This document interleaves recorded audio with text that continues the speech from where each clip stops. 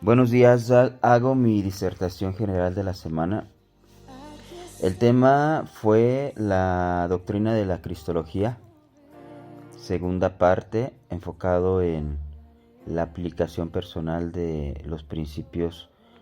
o de algunos principios de esta doctrina. Y bueno, pues lo primero que me mostró el Señor es de que la indicación y la instrucción que se nos da en el versículo 5 de Filipenses 2, cuando dice que haya pues en vosotros esta actitud o esta misma actitud que hubo en Cristo Jesús. Aquí lo que el Señor me está instruyendo es de que yo tengo que tener el mismo comportamiento. De ahí arranca todo. O sea, esa es la base de mi forma de ver la cristología y la base con la cual yo tengo que enfocar la aplicación de los principios de la doctrina y en sí de los principios bíblicos en mi vida es perdón, tener la misma actitud, el mismo comportamiento, el mismo pensamiento de mi Señor. Luego el versículo 6 decía que el cual siendo en forma de Dios no estimó el ser igual a Dios como cosa que aferrarse.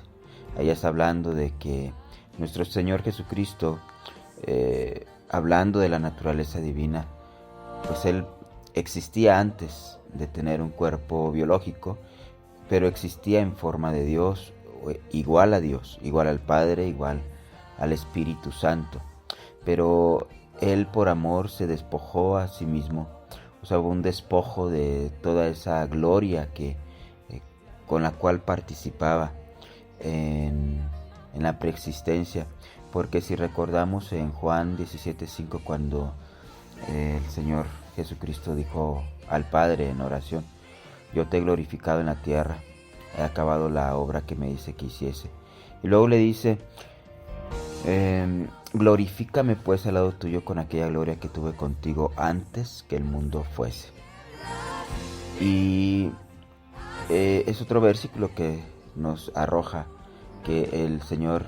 pues tenía una preexistencia y que tenía una gloria, y esa gloria era la de Dios, porque regresando a los versículos de Filipenses 2, dice que no se aferró al ser igual a Dios y que se despojó a sí mismo tomando forma de siervo hecho semejante a los hombres. Aquí es una de las cosas que me maravillan mucho, de que ese creador que nos había hecho a su imagen y semejanza ahora está tomando la semejanza de un hombre para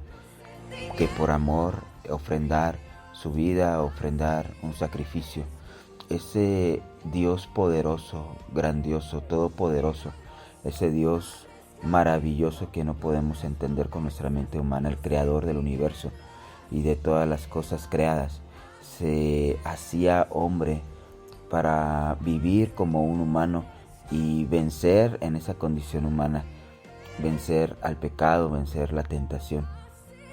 ¿Y qué es lo que me enseña a mí en este sentido? De que recordando que el enemigo en forma de serpiente engañó a Eva y le introdujo un pensamiento que le dijo: serán como Dios. Entonces, esta es una de las cosas o de los grandes engaños que opera en el corazón humano, el querer ser nuestro propio Dios,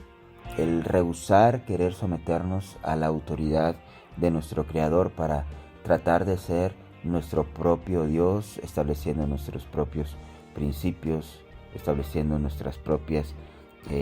criterios de cómo debemos vivir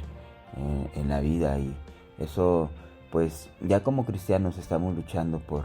realmente despojarnos de esa falsa divinidad y llegar a un punto donde lleguemos a una humillación, a una humildad o a una pobreza espiritual, entendiendo esa pobreza como el despojamiento de todos esos pensamientos, todos esos engaños y mentiras que el enemigo logró introducir en el corazón del ser humano. Entonces, cuando yo saco todas esas cosas, los principios del mundo, las ofertas del mundo, las saco del corazón y hago actividades en el mundo, pero de acuerdo y siempre buscando la perfecta voluntad de Dios, yo voy a disfrutar mejor las cosas que yo pueda estar haciendo en la tierra, porque no voy a depender de esas cosas para yo sentirme bien. Yo voy a depender de estar bien con mi Dios para poder disfrutar las cosas que el Señor pone en mis manos, y de esa manera pues vivir glorificando a mi Dios. El Señor Jesucristo dice que siendo y estando ya en la condición de hombre, se humilló a sí mismo, haciéndose obediente hasta la muerte y muerte de cruz. Y aquí, ¿cómo lo puedo aplicar yo a mi vida? Es de que en una forma inversa, para yo destruir precisamente esa falsa divinidad, yo tengo que acudir a la cruz, yo tengo que crucificar también mi carne. El Señor Jesucristo fue a la cruz del Calvario siendo obediente, pero nosotros, siendo desobedientes, tenemos que reconocer esa desobediencia, ir a la cruz del Calvario para que yo empiece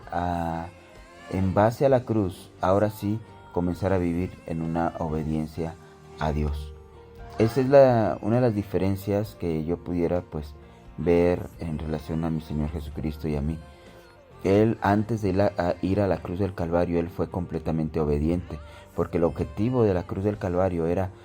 ofrendar al Señor, ofrendar su sangre y presentar esa ofrenda que pudiera aceptar el Padre para poder redimir, para poder salvar, para poder restaurar al ser humano. Y por el contrario, yo voy a la cruz del Calvario y ahí tengo ese punto de encuentro con mi Dios, pero yo antes de la cruz yo era desobediente. Ahora yo voy a la cruz para comenzar a vivir una vida en obediencia, una vida alineada a la perfecta voluntad del Señor, y en esa humillación y en esa obediencia yo pueda ser completamente exaltado también, porque Dios resiste a los soberbios, y antes de la cruz hay soberbia en el corazón del hombre. Antes de la cruz había soberbia en mi corazón y Dios me resistía más. Sin embargo, por amor y por gracia me dio la oportunidad de que yo fuera a la cruz del Calvario para comenzar a vivir en obediencia a Él, y en esa humillación, en esa obediencia, tener también esa exaltación, pero no a la forma como fue exaltado mi Señor Jesucristo, porque Él fue exaltado hasta lo sumo y le dio una autoridad y una potestad sobre todo lo que está en el cielo, en la tierra y debajo de la tierra. Mas sin embargo, la exaltación que el Señor me ofrece es la exaltación dentro de su reino para tener también autoridad, pero no toda autoridad como la tiene mi Señor Jesucristo, sino bajo la autoridad de mi Dios, de mi Señor Jesucristo, yo ser partícipe en una autoridad también, pero dentro del reino del Señor, primeramente en su reino milenial y después en su reino eterno, en el reino eterno del Padre. Amén.